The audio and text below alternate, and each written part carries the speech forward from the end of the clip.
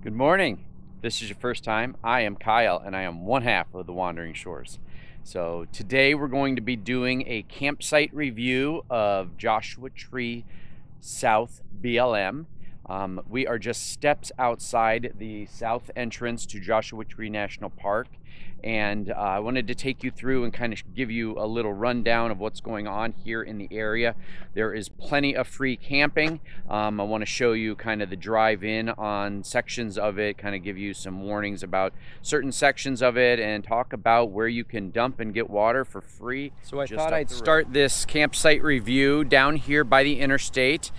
So this is Interstate 10 back here behind me, along with all this trash that people have just thrown off on the side of the road, unfortunately.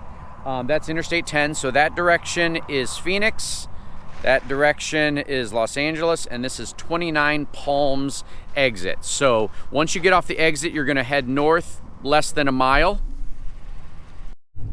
Okay, so I've driven about a half a mile north of the exit, and you're going to be coming up here on basically 4 roads. There's 2 coming in off the right and 2 coming in off the left.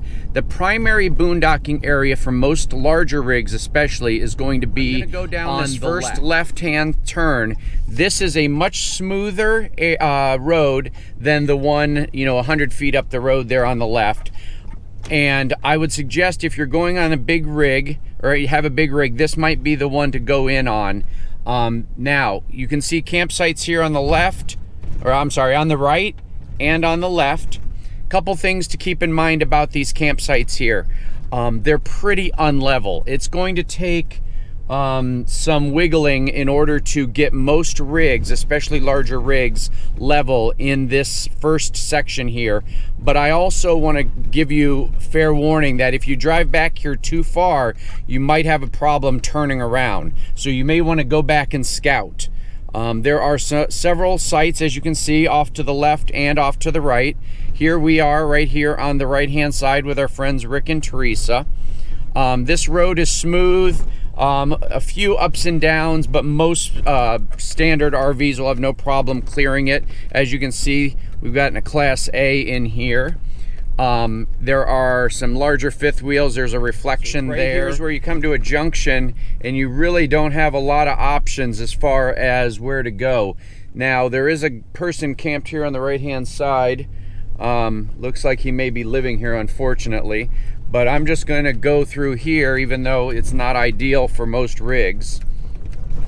So that takes us up to this road that if you had taken the turn and come in on the second one on the left, you could then go. Now, advised about this road up here, it's a much longer road with lots more options. However, it is pretty washboarded the entire way. There are segments like this area here that are nice gravel, but other than that, you're going to get a lot of washboarding. I don't know if you can tell in the video or through the noise, but yeah, it gets really washboarded, so you're just gonna have to take it slow.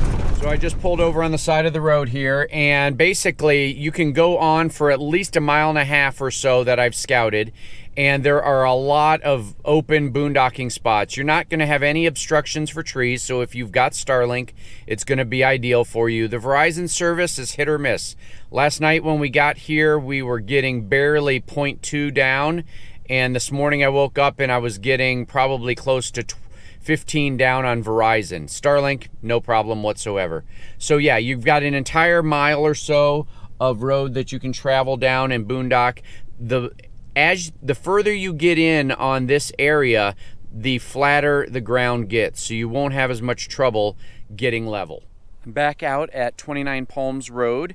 Again, this is the area that on the left-hand side as we've come up north up the road, and this is the entrance to the second road, which is the more washboarded area.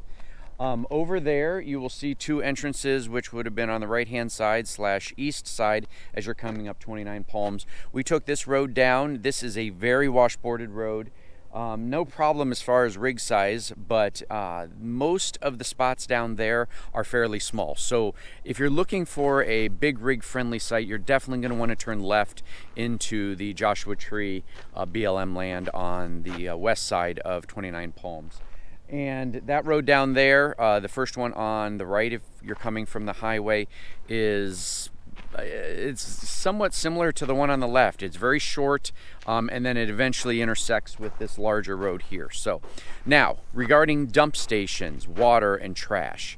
Right inside the park, again, you have to have a park pass, either, the America the Beautiful pass or a daily pass to get into the park. But up at Cottonwood Campground, they have free water, free dump, as long as you're inside the park. So you can drag your RV up there, you can drag some cans, so, water jugs, whatever you need to do to get water. Also, up at Cottonwood Visitor Center, there is dumpsters available. So if you've got trash, you can do it there. If you need gas, about 5 miles east of here, there is an Exxon station. Be advised, it's very expensive. Obviously, this is California, so we knew we were going to get expensive gas, but gas back there is like $5.20 a gallon right now, and if you go into Indio, it's about $4.10. So it's about $1 more per gallon, but it's a lot closer. It's 5 miles back to the east. It's a Chevron, I think, or an Exxon, right there on Interstate 10. So hopefully this campground site was helpful for you. If you have any questions, put them in the comments below. Check out our other playlist on our YouTube channel. We've got lots of other campground reviews. See you next time.